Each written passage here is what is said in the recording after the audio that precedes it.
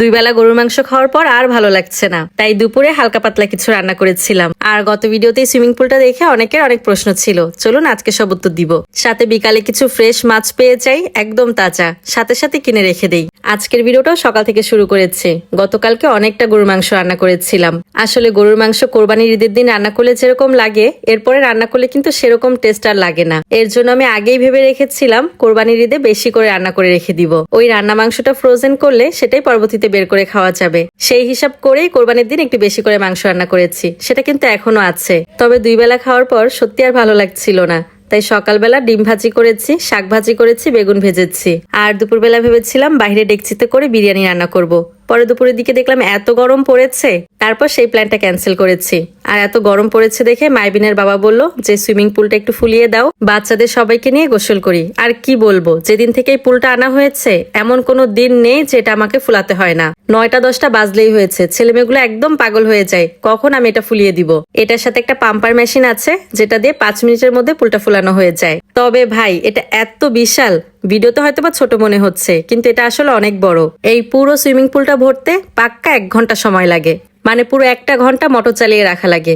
সম্ভবত এতে 1 ট্যাঙ্কিরও বেশি পানি ধরে। আর এখন পুলে যতটুকু পানি আছে এতে মানহাজকে ছেড়ে দিলে ও পানি খায়। আর যখন অর্ধেকের থেকে একটু বেশি ভরা হয় তখন আমার মাহিরা পানি খায়। মানে পুলটায় যদি মাহিরা বসে থাকে তাহলে একদম ওর গলা পর্যন্ত পানি হয়। আর এই মেয়েটা যে কত পানি খায় এর ভেতরে ডুবে ডুবে। আচ্ছা, এটার দামটা বলি। এখন অনেকে আমার কাছে দাম জিজ্ঞেস করেছেন। এটার দাম নিয়েছিল 7,500 টাকা। এটা সে অনলাইনে একটা পেজে অর্ডার দিয়েছিল, যদিও এখন পেজটার নাম আমার মনে নেই, তবে হ্যাঁ অনলাইন থেকে নেওয়া হয়েছে। আর এর সাথে একটা পাম্পার মেশিনও দিয়েছে। আর পুলটা এত বড়, আমরা ফুল ফ্যামিলি এটাতে খুব সুন্দরভাবে গোসল করতে পারবো। প্রায় 1 ঘন্টার বেশি হয়ে গেছে মাইবিনের বাবা আন্ডা বাচ্চাগুলোকে নিয়ে গোসল করছে। তো ওদের আনন্দ দেখে আমারও না একটু ইচ্ছা করলো যেখানে বসলে কেমন লাগে। তারপর মাইবিনের বাবা বললো যে তুমি বসতে পারো, কোনো সমস্যা নেই। তারপর আমি কিছুক্ষণ বসেছিলাম। ভালোই, ছোট একটা পুকুরে গোসল করার মতো ফিল হয়। তো যাই হোক, গোসল করা শেষ।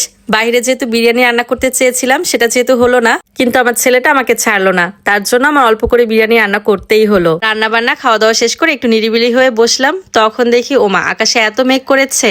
ভেবেছিলাম একটু বাইরে যাব ঘুরতে, ভাইগুলো এসেছে। আর এসে দেখে এত বৃষ্টি, ওরাও আমার বাসায় আটকে পড়ে গেছে। আর তখনই দেখে রাস্তাতে একজন মাছ নিয়ে যাচ্ছে। মাইবিনের বাবা সাথে সাথে ডাকাডাকি শুরু করে।